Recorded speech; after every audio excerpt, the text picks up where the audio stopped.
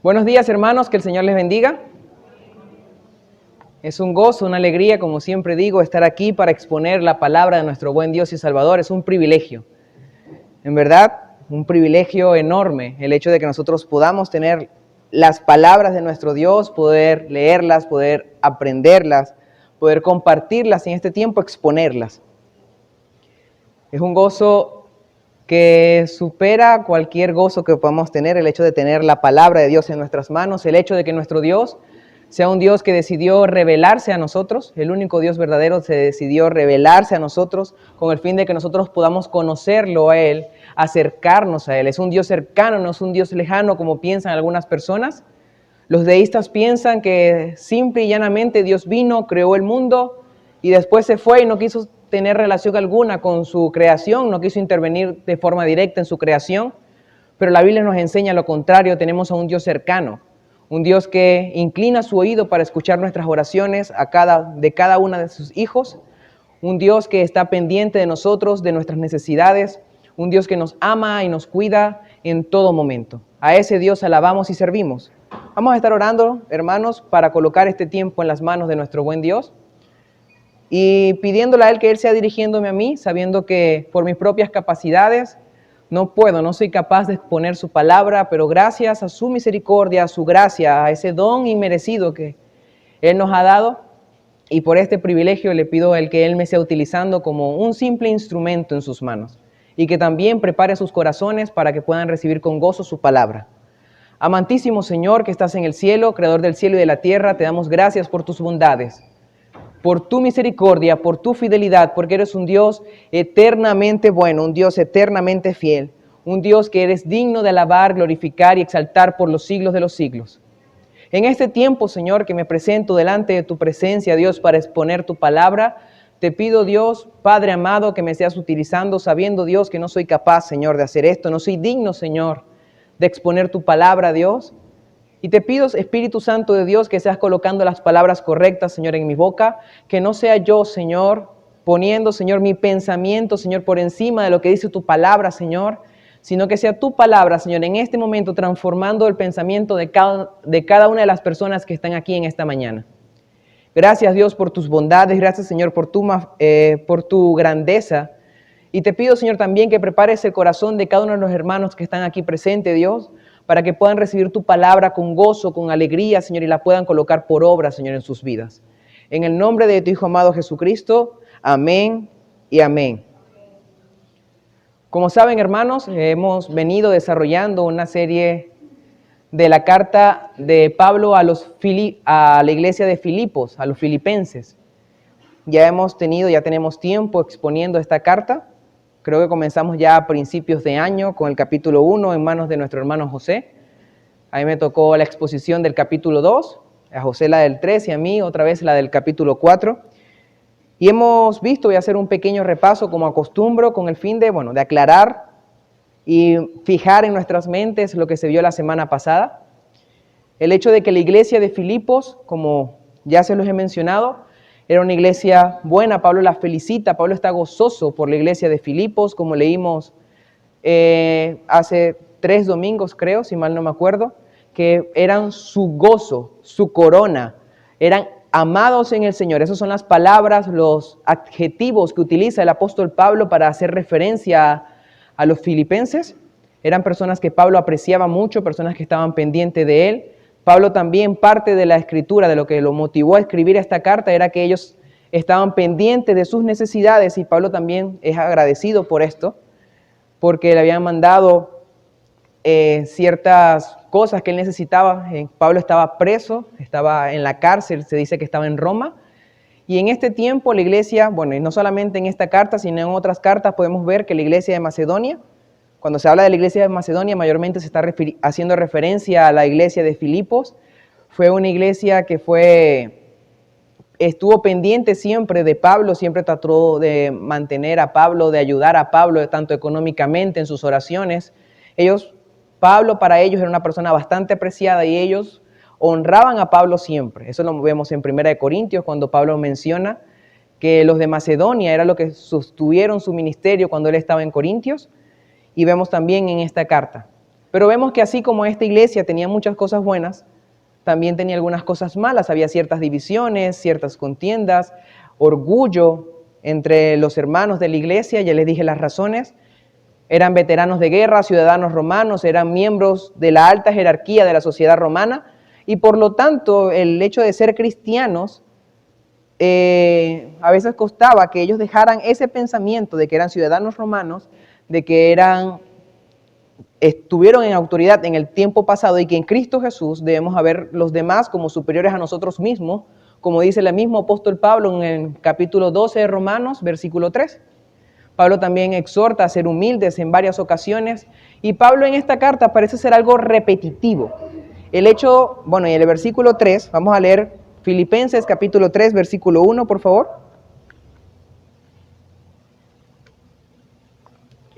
Filipenses capítulo 3, versículo 1. Dice así: por lo demás, hermanos, gozaos en el Señor. A mí no me es molesto el escribir las mismas cosas y para vosotros es seguro. El apóstol Pablo, como dice allí, no le era molesto escribir las mismas cosas, tiene el mismo pensamiento del apóstol Pedro en una de sus epístolas cuando dice que no se cansará de repetirles estas cosas aunque vosotros las sepáis. El apóstol Pablo quería ser enfático en estos dos asuntos, tanto en el gozo, se dice que esta carta era la carta del gozo, la epístola del gozo, ya vamos a ver por qué. Pero también quería dejar en claro el hecho de que ellos tenían que ser personas humildes, tenían que ser personas que tuvieran a los demás por encima de sí mismos, que tuvieran a los demás como estima, vieran a los demás con estima, no simplemente por una posición social que daba la sociedad romana en aquel momento, se sintieran más que los demás, sino que vieran que todos en Cristo Jesús son de igual manera importantes.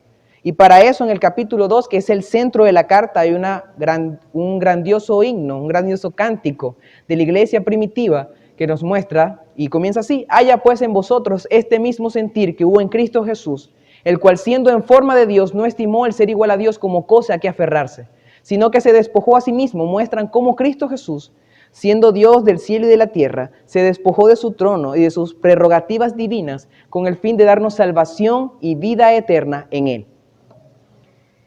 Ahora vamos a tocar otro tema en la carta, y bueno, justamente la semana pasada y antepasada estuvimos viendo cómo el apóstol Pablo habla de dos hermanas que tenían ciertos problemas y el apóstol Pablo siempre hace un llamado a la unidad, a que dejen esos conflictos, a que seamos uno con un mismo sentir en el Señor, a que todos jalemos y empujemos por un mismo lado.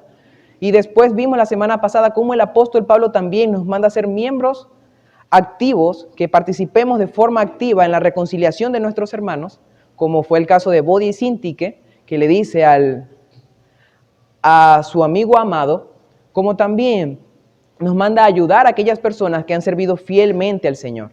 Estos son temas que ya hemos tocado, que ya se tocaron en el capítulo 2, pero es bueno hacer el énfasis, es bueno repetirnos las cosas, porque es necesario que nosotros tengamos esto en nuestras mentes, porque es la palabra de Dios. Somos fácil para olvidar. Dice un dicho que dice, bueno, el pastor Antonio lo conoce de otra manera, yo lo aprendí de otra forma, que dice: más vale tinta débil que mente brillante. La mente más brillante se le pueden olvidar las cosas, es por eso que está el dicho. Siempre tenemos que recordar la palabra de Dios, siempre tenemos que escribir, es por eso lo importante de escribir, hacer notas cuando venimos a escuchar la palabra de Dios, porque nuestra mente es débil, nuestra mente tiende a olvidar. Es algo que siempre nosotros tenemos que tener en mente. Y bueno, decía Martín Lutero que él necesitaba escuchar el Evangelio todos los días de su vida, porque todos los días se le olvidaba. Somos fáciles para olvidar las palabras fundamentales, esas verdades fundamentales que están en la palabra de Dios, por el simple hecho de que va en contra de nuestra naturaleza pecaminosa. No queremos aprender la palabra de Dios por nuestra propia naturaleza, pero es necesario. Ahora hoy toca exponer el versículo 4 del capítulo 4 de la carta de Filipenses, pero antes de iniciar para allá, no sé si ustedes llegaron a ver alguna vez esa película. Yo la vi cuando era muy pequeño, una película, no es vieja de esas que son en blanco y negro, pero sí tiene sus años, pues, esa película. Resulta que cuando yo era pequeño, nos invitaron a un lugar, hicieron como un cine en la iglesia donde yo asistía en aquel momento, yo fui con mi padre, y pasaron una película protagonizada por Will Smith, que se llamaba En busca de la felicidad. Y resulta que, bueno, para los que no saben, esa película después le hicieron bastantes memes. Cuando se escasearon ciertos productos aquí en Venezuela, decían En busca de la harina pan, y así ciertas clases de chistes. Pero el sentido de lo que quiero mostrar en esta mañana es que esa película en verdad me llamó bastante la atención, a pesar de que tenía una corta edad, tenía aproximadamente entre 5 o 6 años, más o menos. Esa película en verdad me llamó mucho la atención. El hecho, y bueno, para los que no han visto la película habla de un hombre pobre, padre soltero en ese momento, tenía que cubrir la necesidad de padre y madre, había sufrido ciertas necesidades, estaba prácticamente en la calle, no tenía dinero, tuvieron que dormir varias veces en un refugio, y muestra el camino de este hombre, cómo salió de eso, de la pobreza extrema, a ser una persona rica, una persona exitosa empresarialmente. Y para muchas personas esto es felicidad. Para muchas personas el simple hecho de tener éxito empresarial, éxito financiero, ya es felicidad, ya eso es excelencia, autorrealización. Pero vemos que no es así. Y hay muchos ejemplos de esto, y traigo 2 ejemplos. El primero es Robert Williams. Creo que todos hemos escuchado hablar de Robert Williams. A pesar de que, bueno, mayormente sus películas no son de mi época, llegué a ver algunas como Peter Pan. Y cuando era niño, por cierto, no creo que lo viera ahorita. El hecho era que Robert Williams parecía frente a las cámaras una persona bastante exitosa. Desde pequeño nunca tuvo necesidades económicas, su padre, su familia tenía suficiente dinero, lo mandaron a estudiar a muy buenas escuelas, estudió ciencias políticas, no la terminó. Después se dio cuenta de su pasión por lo que era el cine, la actuación, el teatro, y fue a estudiar en Juilliard, allá en Nueva York, una de las academias más destacadas en lo que es la parte teatral de los Estados Unidos de Norteamérica. En este tiempo él escaló, llegó a tener varios premios. Entre los premios que podemos destacar, tiene un premio Oscar, 5 Globos de Oro, un premio del Sindicato de Actores, 2 premios Emmy y 3 premios Grammy. Robert Williams, para el ojo de cualquier persona, para el ojo del mundo, es una persona exitosa, era una persona exitosa, una persona que había llegado al pináculo de su carrera, una persona que tenía todo, tenía riquezas, tenía una buena posición, las personas hablaban bien de él, pero eso no fue la felicidad, no fue como esa película que nos mostró, que el simple hecho de llegar a tener cierto éxito en el área empresarial o tener cierto éxito económico iba a dar felicidad.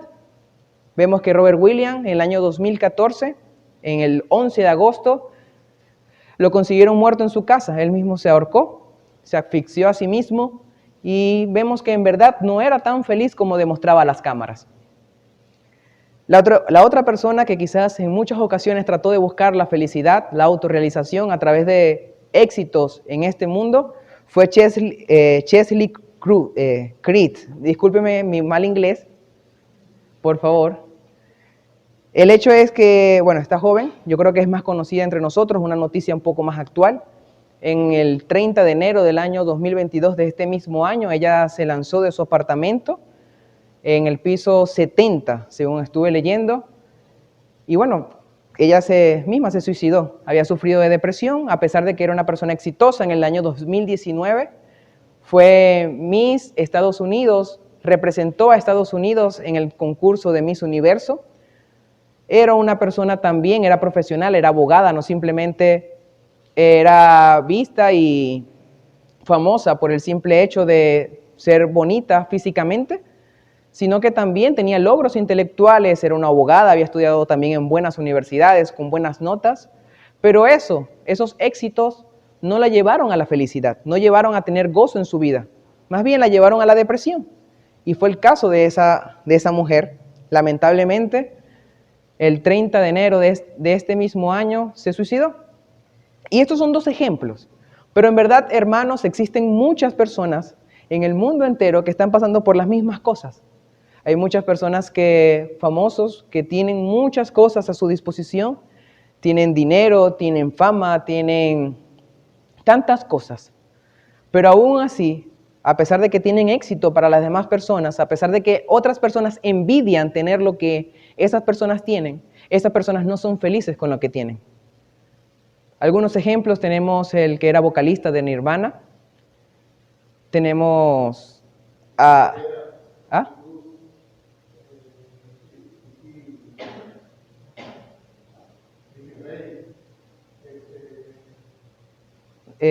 Tantas personas. Whitney Houston. Si me pongo a hablar de personas...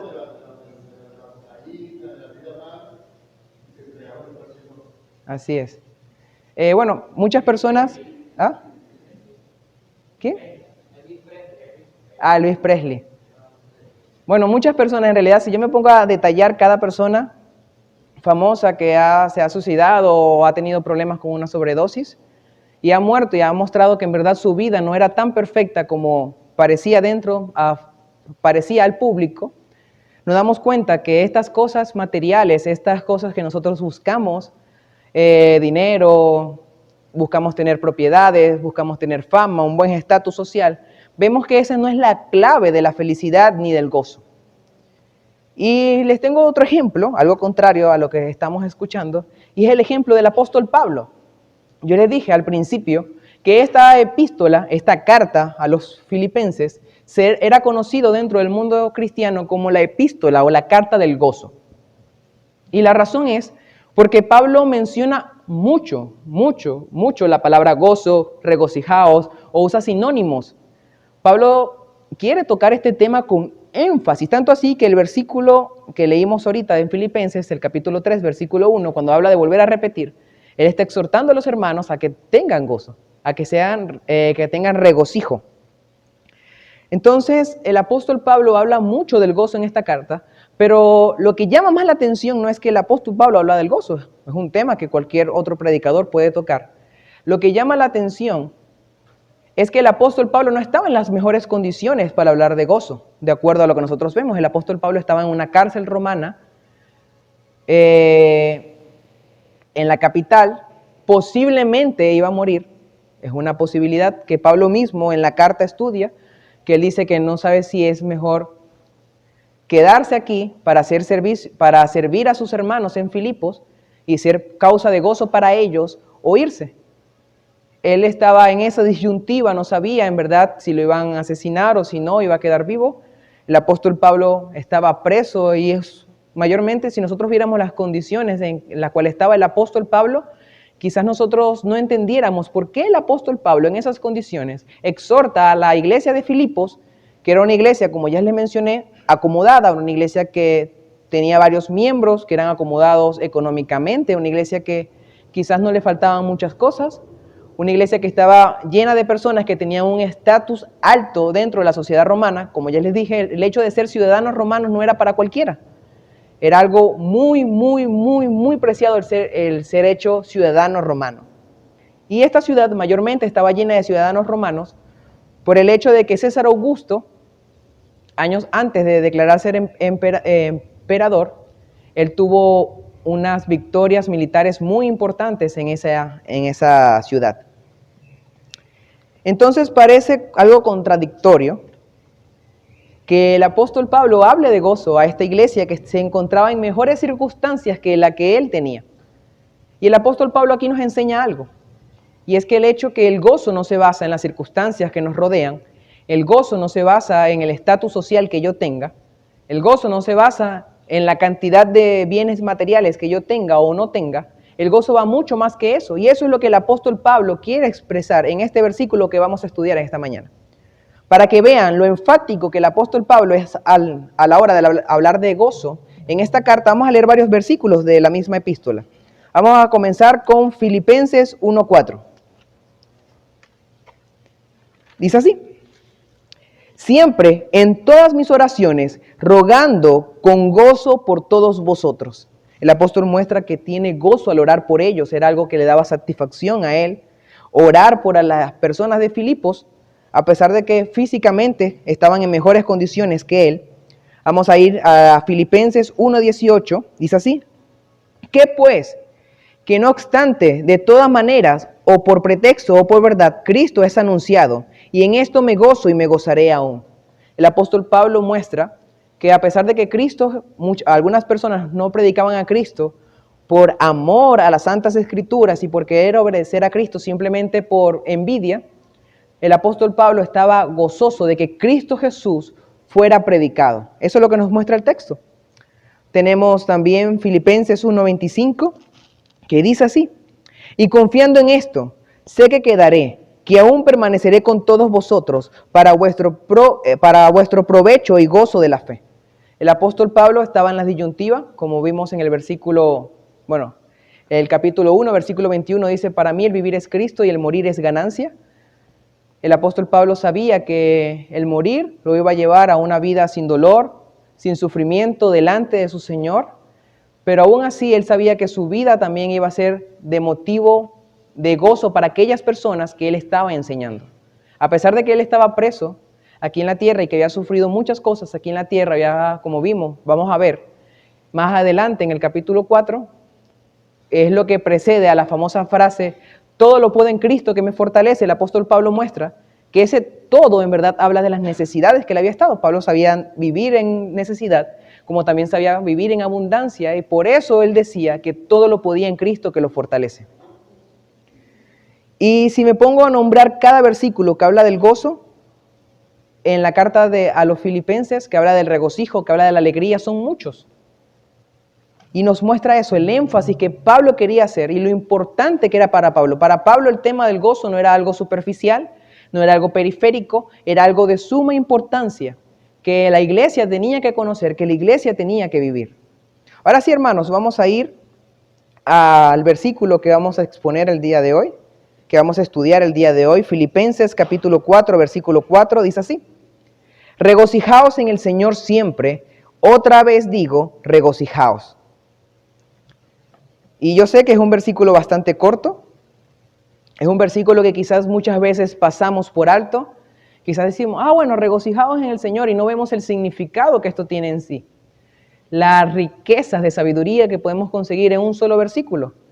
Esto no es uno de los versículos más famosos, ni uno de los versículos que nos proponemos más en aprendernos, pero es un versículo sumamente importante, y Pablo hace un llamado importante a la iglesia de Filipos, y les ordena, dice, regocijaos. De acuerdo al Departamento de Lenguaje de Oxford, el regocijo es un gozo o alegría muy intensa que se hace ostensible. Cuando hablamos de ostensible es que se hace claramente visible. La RAE, que es la Real Academia Española, el ente que está encargado de gestionar nuestro idioma, dice que el regocijo es una alegría intensa o júbilo. Concuerdan bastante estas dos. Entonces, ¿qué es lo que el apóstol Pablo manda a la iglesia de Filipos? Que se regocijen. ¿Y qué es el regocijo? Es una alegría intensa, es un gozo intenso. No es cualquier alegría, el apóstol Pablo no está mandando a cualquier alegría, no está mandando a cualquier gozo, sino es un gozo, una alegría que sea visible a aquellas personas que nos rodean. Ese debe ser el tipo de gozo y alegría que tienen los hijos de Dios, que tienen toda aquella persona que han sido lavados por la sangre del Cordero. Un gozo y una alegría que se pueda demostrar a las demás personas. Y yo sé, y algo difícil de entender de este texto, y algo difícil creo que le ha costado a muchas personas, porque he conversado con personas que les cuesta entender esto, es el hecho de que el gozo en el cristiano es algo permanente. ¿Y cómo es posible que el cristiano, y vamos a ver, por ejemplo, los cristianos del primer siglo, y siempre se hace referencia a ello, porque son un ejemplo en su fe, cómo mantuvieron su fe, cómo se mantuvieron firmes a pesar de los martirios del primer siglo, segundo siglo, los que fueron perseguidos por Nerón. Después tenemos a los que fueron perseguidos por Diocleciano, quizás un poco antes de que la fe cristiana fuera nombrada como la religión oficial del Imperio Romano. Y estos cristianos de los 3 primeros siglos de la iglesia fueron ampliamente perseguidos. Pero es algo extraño, aquí tengo un versículo que van a ver lo extraño que eran estos cristianos. Y aún para mí, cuando yo leí este versículo, me pareció sumamente extraño cómo eran estas personas. Vamos a ir, hermanos, al libro de Hechos, capítulo 5.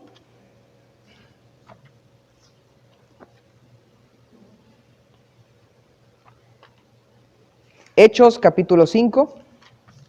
Vamos a leer el versículo 40 al 42. Hechos, capítulo 5, versículo 40 al 42. Este versículo, cuando lo leí por primera vez, en verdad que me llenó de intriga. Y dice así: y convinieron con él, y llamando a los apóstoles, después de azotarlos, le intimaron que no hablasen en el nombre de Jesús, y los pusieron en libertad. Y ellos salieron de la presencia del concilio, gozosos de haber sido tenidos por digno de padecer afrenta por causa del nombre. Y todos los días en el templo y por las casas no cesaban de enseñar y predicar a Jesucristo. Yo no sé si usted, pero algo que me costó entender fue eso. ¿Cómo es posible que unas personas que acababan de azotar y los acababan de liberar se sentían gozosos por haber sufrido por Jesucristo? Estoy seguro que muchas personas, quizás de esta iglesia, bueno, ojalá que no sean de esta congregación, bueno, que ojalá que no sean de ninguna congregación en realidad, que si tuvieran que dar su vida en este momento por causa del evangelio y le dijeron, bueno, o niegas a tu Dios y sigues vivo, o sigues confesándolo y te matamos, muchas personas ni siquiera estarían dispuestas a hacer eso. Y mucho menos lo vieran como un gozo. Es más, algo sorprendente si nosotros leemos a los padres de la iglesia, cuando la religión cristiana, cuando el cristianismo fue de forma oficial por Constantino el Grande nombrada como la religión del imperio, la religión oficial del imperio romano, pasó algo que los obispos de aquel tiempo ellos en vez de ver eso que iba a cesar las persecuciones como una bendición, lo vieron como algo opuesto, lo vieron como una maldición para ellos. El hecho de que su fe no iba a ser perseguida, que su fe iba a ser bastante fácil, que más bien iban a recibir beneficios de lo que era el imperio romano, ellos no lo vieron como una bendición en ese momento, más bien eso fue un problema. Habían obispos que sí lo veían como una bendición, pero muchos no, y existieron muchos debates en esa época por el simple hecho de que ellos pensaban que los sufrimientos en la vida cristiana era algo sumamente necesario. Y en ese momento fue que existieron y empezaron a existir lo que hoy conocemos como los monjes. Personas que se fueron al desierto, personas que se quisieron apartar de los placeres de este mundo. No fue de la mejor manera ni la manera correcta, pero su intención era esa, era como que ellos tenían que sufrir por Cristo Jesús y tenían que apartarse y no contaminarse con las cosas de este mundo. Entonces es sorprendente cómo estos cristianos, en vez de ver la paz en el momento de no ser perseguidos, no lo vieron como como una causa de gozo. Pero el hecho de ser perseguidos y ser tomados por dignos, por sufrir por su Señor, era una causa de gozo para ellos. Y eso en verdad que me llamó bastante la atención en estos días que estaba leyendo acerca de eso, de cómo eran los cristianos en aquel momento. Y fue algo que me llamó, me puso intriga en la mente. O sea, en verdad que me llenó de intriga. El hecho de que estas personas, en vez de verlo como una bendición, lo vieron como una maldición. Y vemos, hermanos, que el gozo del apóstol Pablo, como ya lo vimos anteriormente, va más allá de las circunstancias. Muchas personas, si yo le pusiera a definir hoy alegría, le pusiera a definir gozo, creo que una de las palabras dominantes o las palabras que más nosotros utilizaríamos para definir esto es un sentimiento. Nosotros creemos que la alegría es un sentimiento, que el gozo es un sentimiento, es una emoción. Y lo descabellado de esto es que sí, en cierta manera, eso es un sentimiento, es una emoción. Pero el hecho, y lo que llamo descabellado, es el hecho de que el apóstol Pablo da una orden a que nosotros tengamos gozo. El verbo regocijaos está en modo imperativo. Cuando hablamos de modo imperativo es eso, cuando se da una orden. No es lo mismo decir a una persona corre o tú corres. Es diferente. Una está indicando que una persona está corriendo y en la otra le estamos dando una orden a esa persona que corra. Así pasa. El apóstol Pablo está dando una orden a la iglesia de Filipos y esa orden es que ellos sientan gozo, que estén regocijados en el Señor. Y esa es la orden que el apóstol Pablo da a la iglesia de Filipenses. Y ustedes y yo también, cuando estaba estudiando, era algo confuso. ¿Cómo una persona me puede ordenar a mí a sentirme alegre?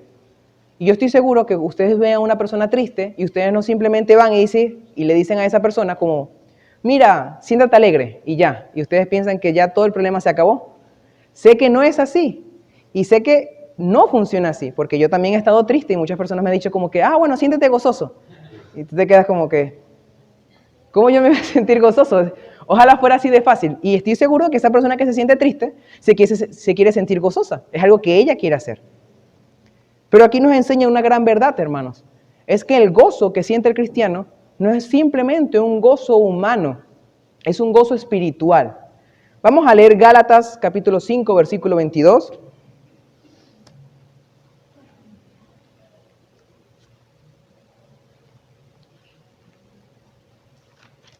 Gálatas capítulo 5, versículo 22 dice así. Mas el fruto del Espíritu es amor, gozo, paz, paciencia, benignidad, bondad, fe, mansedumbre, templanza. Contra tales cosas no hay ley. Si nosotros tenemos al Espíritu Santo de Dios y si nosotros entregamos nuestra vida al Espíritu Santo de Dios, la consecuencia de eso va a ser que nosotros tengamos el fruto del Espíritu Santo.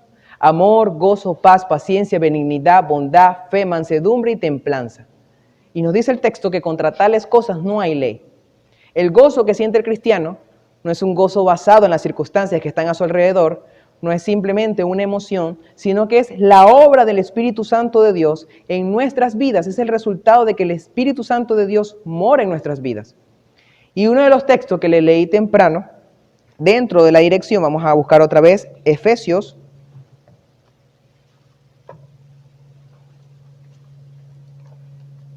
Efesios, capítulo 5, versículo 18.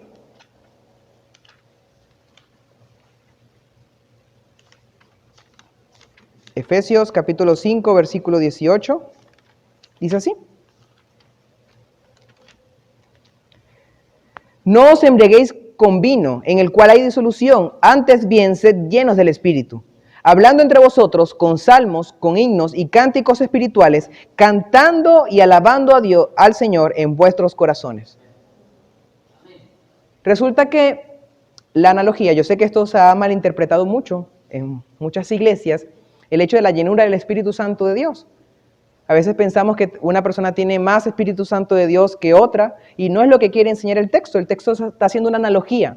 En una persona que toma vino, una persona que toma alcohol, como a medida que va tomando alcohol pierde la capacidad de dominar su cuerpo y el alcohol empieza a dominar a esa persona, tanto así que esa persona ni siquiera puede caminar por una línea recta. Es por eso que los policías, para verificar si una persona está borracha, si está apta para caminar, le ponen a hacer hasta ejercicios simples que ellos no pueden realizar, no tienen la capacidad ni el dominio sobre sus propias acciones.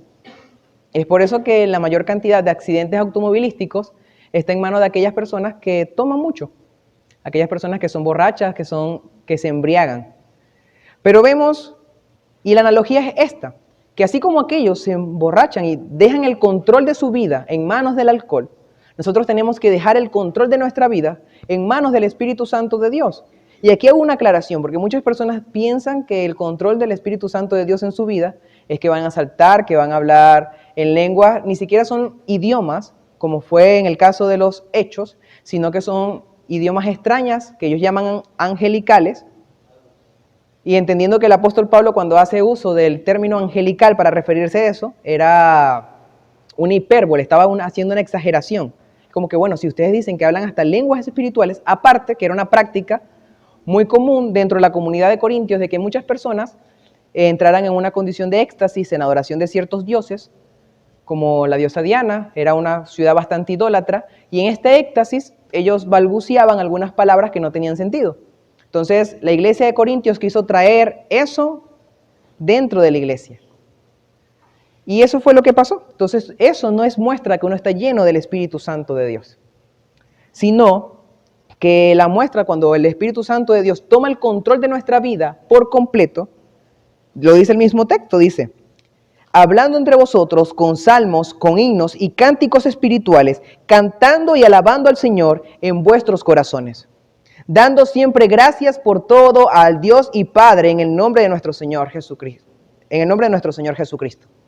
Y si nosotros seguimos leyendo, vamos a ver que la llenura del Espíritu Santo de Dios tiene que abarcar absolutamente todas las áreas de nuestra vida, todas nuestras relaciones.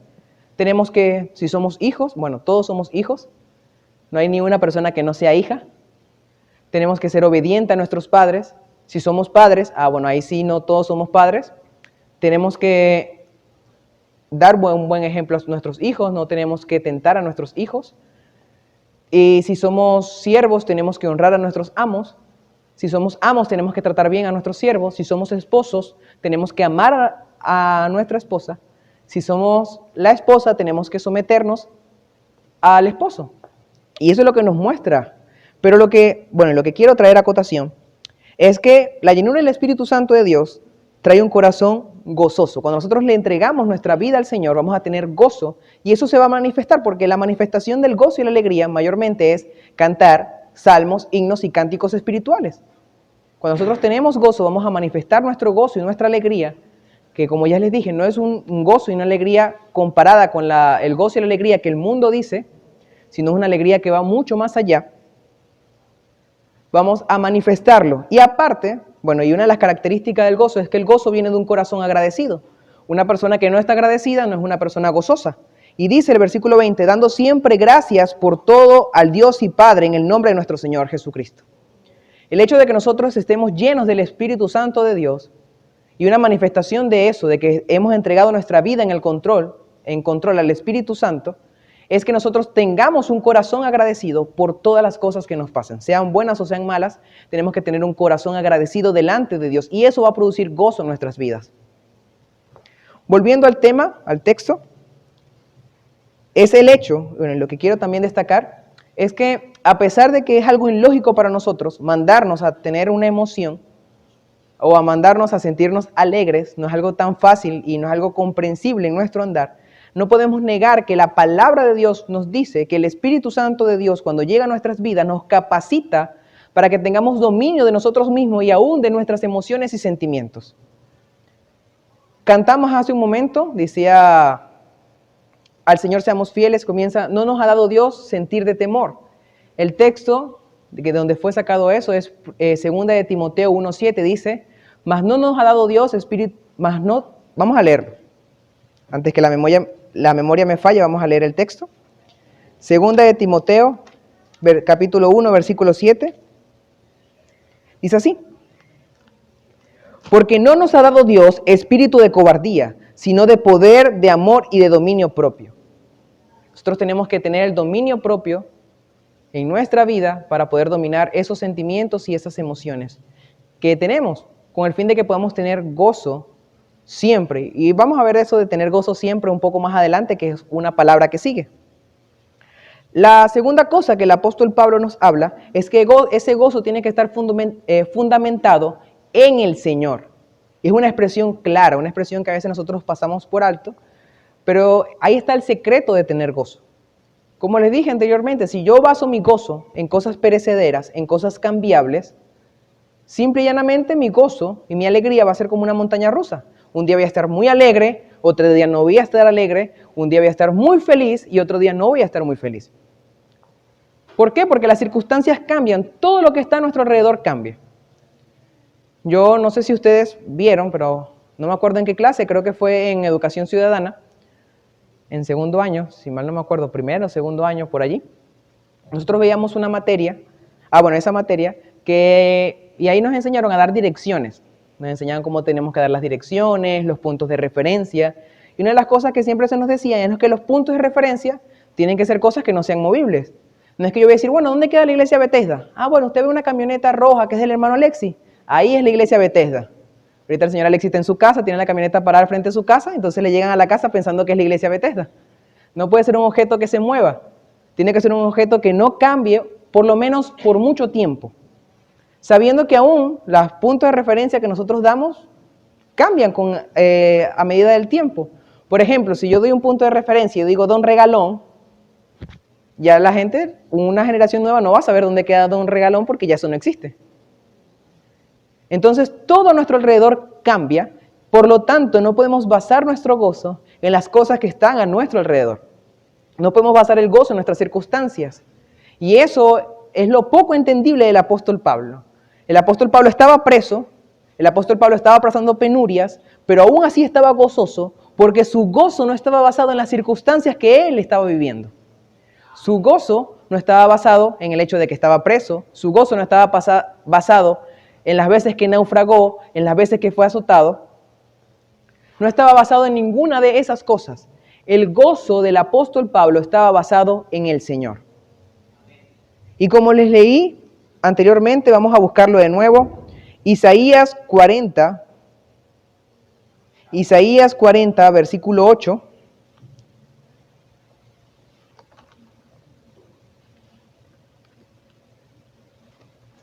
Isaías 40, versículo 8, nos da una muestra de esto. Dice así: séquese la hierba, marchítese la flor, mas la palabra del Dios nuestro permanece para siempre. Podemos estar seguros que si basamos nuestro gozo y nuestra alegría en la palabra de Dios, va a ser un gozo que no se va a mover, porque la palabra de nuestro buen Dios permanece para siempre. Todo a nuestro alrededor puede acabarse, todo a nuestro alrededor puede cambiar, pero la palabra de Dios va a permanecer siempre, siempre, siempre igual. Dijo Jesús que el cielo y la tierra pasarán, pero su palabra no pasará.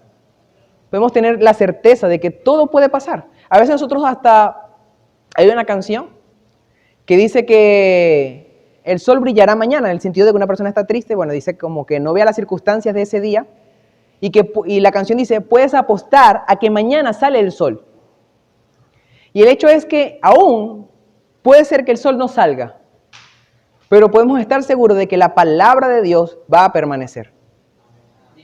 Muchas personas han atacado la palabra de Dios. Para mencionar a uno, tenemos a Voltaire. Voltaire fue un famoso filósofo francés. Y Voltaire en una ocasión, él dijo que 50 años aproximadamente iban a pasar y la Biblia iba a desaparecer por completo. Y resulta que hoy en día la casa de Voltaire es una imprenta de Biblias.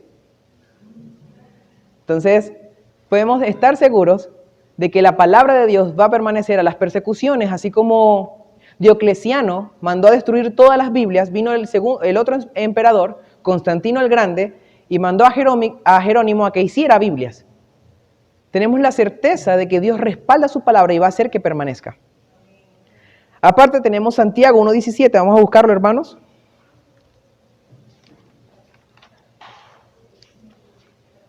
Santiago capítulo 1, versículo 17. Dice así: toda buena dádiva y todo don perfecto desciende de lo alto, del Padre de las luces, en el cual no hay mudanza ni sombra de variación. Podemos confiar que nuestro Dios no es un Dios que cambia, no es un Dios que hoy dice, yo te amo, y mañana va a decir no te amo. Nuestro Dios no está jugando con una flor, con una margarita, quitando pétalos, diciendo, ¿será o no será? No, nuestro Dios es un Dios inmutable, un Dios que no cambia a lo largo del tiempo. Podemos basar nuestro gozo en nuestro Dios, en las promesas que Él hace, porque son promesas eternas. Todo perece, menos aquellas cosas que el Señor nos da, cosas espirituales, cosas eternas. Y en eso debemos poner nuestra mirada y en eso debemos fijar nuestro gozo. Tenemos también Hebreos 13:8. Dice así: Jesucristo es el mismo ayer y hoy y por los siglos. Jesucristo no es un Dios que cambia, Jesucristo es un Dios que permanece siempre, siempre, siempre igual. Por eso no debemos basar nuestro gozo en las circunstancias ni en los que los rodea, debemos basar nuestro gozo, como dijo el apóstol Pablo, en el Señor. Leemos otro texto. El Salmo capítulo 1, versículo 1 al 4 dice, vamos a leerlo, hermanos, mejor.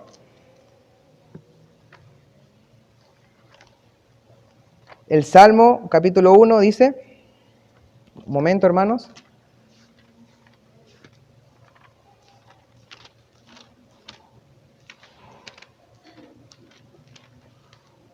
Dice así: bienaventurado el varón que no anduvo en consejos de malos, ni estuvo en camino de pecadores, ni en silla de escarnecedores se ha sentado, sino que en la ley de Jehová está su delicia, y en su ley medita de día y de noche.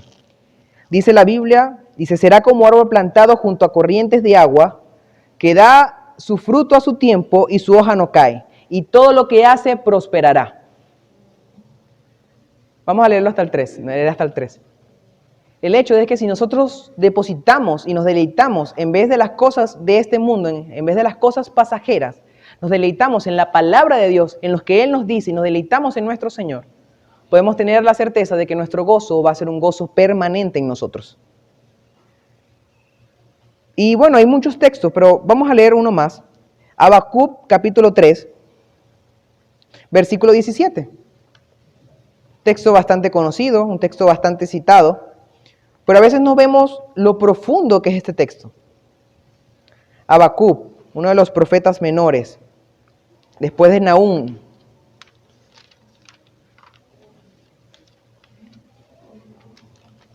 En Habacuc, capítulo 3, versículo 17, vamos a leerlo hasta el 19.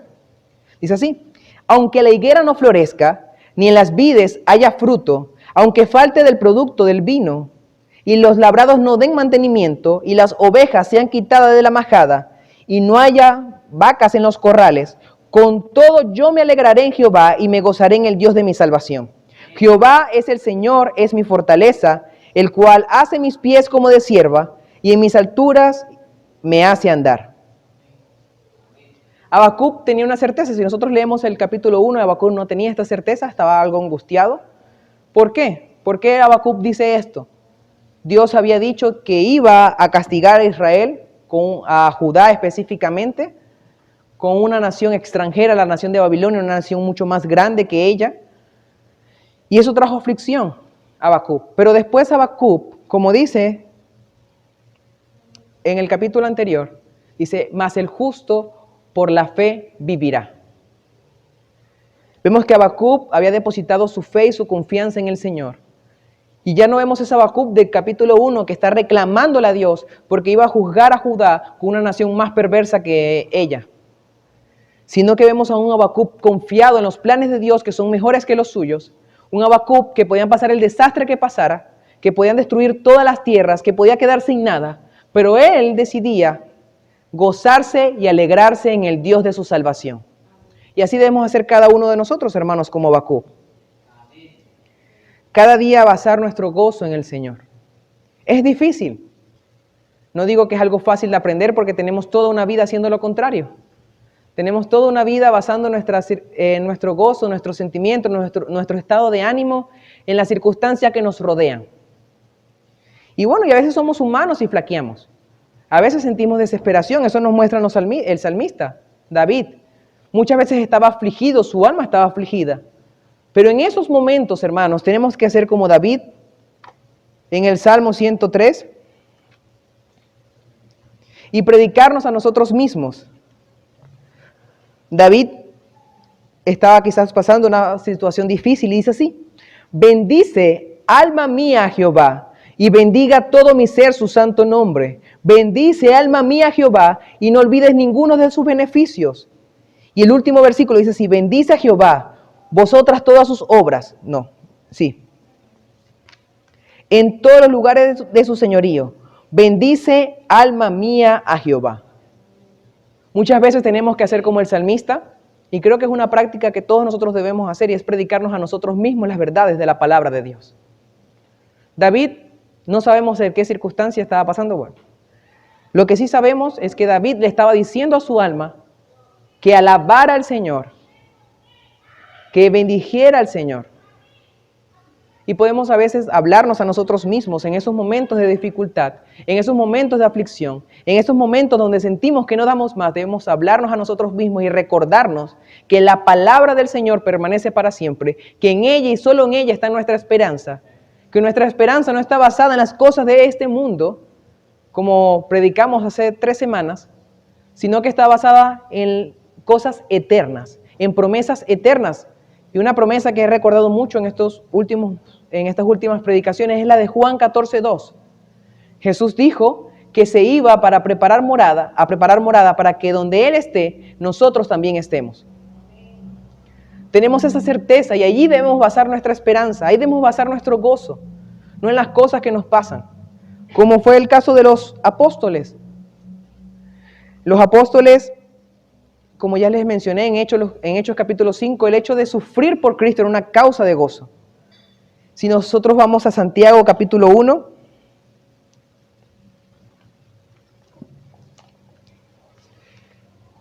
dice así. Versículo 2 dice, hermanos míos, tened por sumo gozo cuando os halléis en diversas pruebas, sabiendo que la prueba de vuestra fe produce paciencia. Y es algo ilógico que aún en medio de las pruebas, Santiago esté hablando y diga que en medio de esas pruebas tengan gozo. Y si nosotros nos vamos a Primera de Pedro,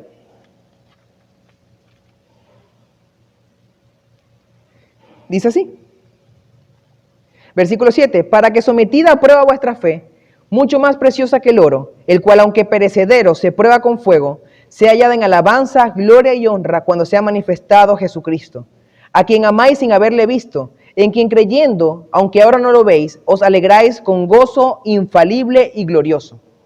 Si nosotros vemos el contexto que estaban las personas cuando Pedro escribió, vemos que era algo que daba miedo.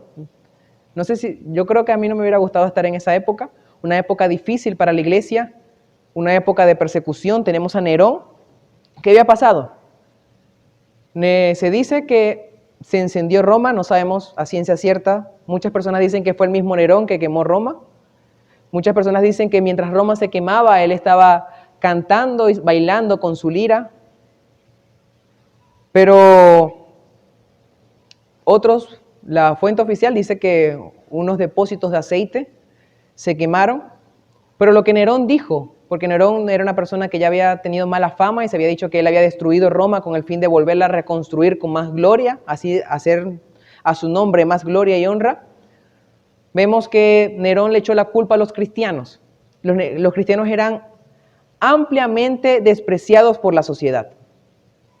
Se decía y se habló muy mal de ellos. Por ejemplo, cuando ellos hacían la Santa Cena, las personas escuchaban quizás porque lo hacían en secreto y decían, no, estos cristianos comen personas, porque dicen, tomad, este es mi cuerpo que por vosotros es partido, tomad, bebed mi sangre. Las personas creían en verdad que ellos eran locos, que se estaban comiendo a las personas en realidad.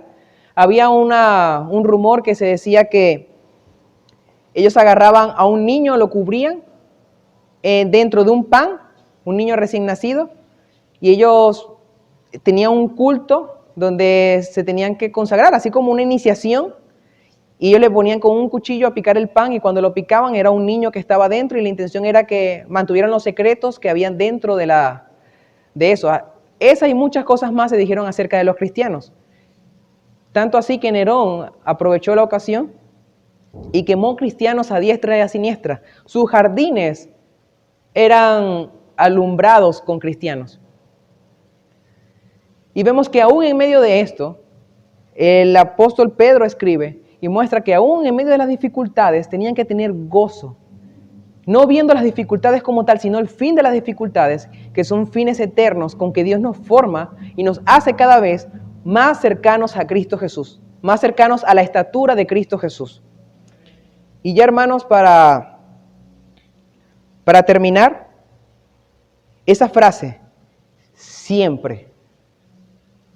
Y creo que eso es lo difícil, porque uno puede tener gozo quizás un día, 2 días, una semana, pero siempre tener gozo, siempre estar regocijados, es algo difícil, es algo que vemos quizás imposible, pero la palabra de Dios nos ordena que tenemos que ser gozosos siempre.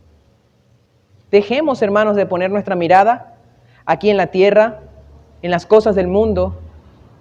Estaba ahorita entonando un himno, hazme un forastero, Señor. Y ese debe ser nuestro cantar, ser unos forasteros en este mundo. Estamos de paso, somos peregrinos en este mundo, advenedizos.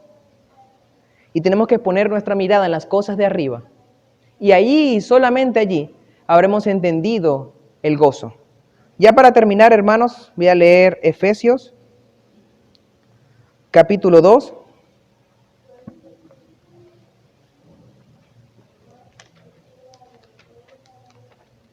Efesios capítulo 2, versículo 1, y dice así: y Él os dio vida a vosotros cuando estabais muertos en vuestros delitos y pecados, en los cuales anduvisteis en otro tiempo, siguiendo las corrientes de este mundo, conforme al príncipe de la potestad del aire, el espíritu que ahora opera en los hijos de desobediencia, entre los cuales también todos nosotros vivimos en otro tiempo, en los deseos de nuestra carne, haciendo la voluntad de la carne y de los pensamientos, y éramos por naturaleza hijos de ira, lo mismo que los demás. Y dice el versículo 4, pero Dios, que es rico en misericordia, por su gran amor con que nos amó, aun estando nosotros muertos en pecados, nos dio vida juntamente con Cristo. Por gracia sois salvos. Y el hecho, hermanos, también del gozo, es que nosotros podamos tener una correcta perspectiva de nosotros mismos. El hecho, hermanos, que nosotros debemos entender cada día de que nosotros no merecemos nada. Todo lo que nosotros tenemos es una obra de la gracia y misericordia de Dios, como dice el texto. En otro tiempo estábamos perdidos, estábamos muertos en nuestros delitos y pecados. Dice la Biblia que la paga del pecado es la muerte, pero Dios ha manifestado su misericordia para con toda la humanidad. Dice que la gracia de Dios se ha manifestado para salvación a todos los hombres, enseñándoles que renunciando a la impiedad y a los deseos mundanos vivamos en este siglo, sobria, justa y piadosamente. Hermanos, seamos agradecidos con todo lo que Dios nos da. Les aseguro, hermanos, que si a usted le pasa algo malo, usted merece mucho más que eso. Si a usted le llegara a pasar algo malo, usted merece mucho más que eso. Y aún así, la Biblia dice que para los que aman a Dios, todas las cosas les ayudan a bien. Aún las cosas que para nosotros sean malas, para Dios son buenas porque ayudan a formarnos a nosotros. Y Él sabe, Él tiene un propósito más grande que el nuestro. Cuando entendamos estas verdades, hermanos, el gozo va a ser algo permanente en nuestras vidas. Cuando en verdad entendamos que nosotros no merecemos nada de Dios y todo lo que recibimos es misericordia de Dios, que lo único que nosotros merecemos es el infierno, estaríamos gozosos y conformes con todo lo que Dios nos da porque es gracia. Cada día recibimos gracia sobre gracia, como dijo Juan el Bautista, gracia sobre gracia. No hay un día de nuestras vidas, hermanos, que no podamos recibir la misericordia y la gracia de nuestro Dios. Ni uno, ni un minuto, ni un segundo de nuestras vidas dejamos de recibir la gracia y el favor inmerecido de nuestro buen Dios. Hermanos, y la invitación en este momento es que tengamos gozo, hermanos, siempre. Que podamos obedecer a este mandato que da el apóstol Pablo, a regocijarnos en el Señor siempre. Y el apóstol Pablo es enfático y dice, y otra vez os digo, regocijaos. Es enfático en esta idea. Y trato de ser igualmente enfático, así como lo fue el apóstol Pablo. Debemos ser enfáticos, hermanos, en la idea de nuestro gozo. El gozo es la forma en que nosotros vamos a manifestar al mundo a Cristo Jesús. Cuando nosotros tenemos gozo y alegría basado en nuestro Señor Jesucristo, eso lo vamos a manifestar al mundo entero. Y eso es lo que nosotros debemos ser. Estar gozosos siempre, siempre, siempre y siempre. Que cada día de nuestras vidas podamos basar nuestro gozo y nuestra alegría en el Señor. Podemos estar seguros de que aunque el mundo se parta en pedazos, decía, no sé, los que vieron Chicken Little, cuando salía el pollito decía que el cielo se estaba cayendo. Que aunque el cielo se esté cayendo de verdad, podamos tener nuestra confianza en el Señor y nuestro gozo basado en el Señor. A pesar de las dificultades, todos sufrimos dificultades. Ayer, para la gloria y honra de nuestro Señor Jesucristo, tuve el privilegio de conocer a la hermana Luisa María. La hermana Luisa María es una persona bastante enferma, por eso no está aquí con nosotros, una persona que tiene dolencias, pero algo admirable de ella es que siempre cuando escribe con gozo y alegría. Usted la ve, lo hubiera visto ayer y tenía una sonrisa de oreja a oreja, estaba gozosa por estar aquí, a pesar de sus dificultades, a pesar de sus problemas, a pesar de sus dolencias. estaba gozosa. Y en verdad fue un privilegio para mí conocer a la hermana Luisa María, conocer ese ejemplo, que aún de sus dificultades de salud, ella podía manifestar ese gozo, podía estar alegre, ella no encontraba si abrazarme, si besarme. Estaba alegre de verdad de estar aquí, de conocernos, de ver la actividad. Y siempre en cada uno de sus mensajes vemos alegría y gozo, como ora por nosotros con gozo y alegría. Y hermanos, así tenemos que hacer nosotros. Manifestar nuestro gozo y alegría. Oremos, hermanos. Amantísimo Señor y Salvador, nuestro Señor, gracias, Señor, por tu palabra, porque tu palabra es verdad. Gracias, Señor, porque nos amas, porque nos cuidas, porque todo lo que recibimos, Señor, es parte de tu misericordia, es parte de tu gracia preciosa, Señor. Porque nada merecemos, Señor, sino lo que tú nos das, Señor, por tu mano preciosa, Dios. Nada merecemos, Señor, nada de lo que tú nos das, Señor, lo merecemos. Y estamos agradecidos contigo, Señor. Ayúdanos, Señor, a permanecer gozosos, a quitar nuestra mirada, Señor, en las cosas de este mundo y colocar nuestra mirada en ti. Que podamos en verdad regocijarnos en el Señor. Y así como los apóstoles, así como tú, Señor, mismo, sufriste en una cruz gozoso para darnos vida a nosotros, podamos también, Señor, ser gozosos, Señor, a la hora de hacer cualquier cosa por ti, Señor. Podemos mantener el gozo aún en medio de nuestras aflicciones y dificultades. Que todos los días de nuestra vida podemos manifestar tu gozo a este mundo, Señor. Esa paz, Señor, inexplicable, Señor. Ese gozo inexplicable, ese gozo divino que proviene de ti, Señor. Ese gozo, Señor, ayúdanos, Señor, a permanecer en ese gozo. Que aunque se acabe, Señor, el mundo, como pasado en el caso de Habacuc, que aunque las vides, Señor, no dieran su fruto, ni las higueras tampoco, Señor, ni el labrado de mantenimiento, Señor, que con todo nos podamos gozar en ti, en el Dios de nuestra salvación.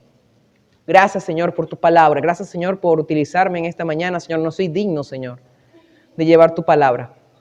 Gracias, Señor, por cada uno de los hermanos, Señor. Te pido, Dios, que esta palabra la puedan llevar consigo, Dios, y colocarla en práctica en cada aspecto de su vida. En el nombre de Jesús, gracias. Amén.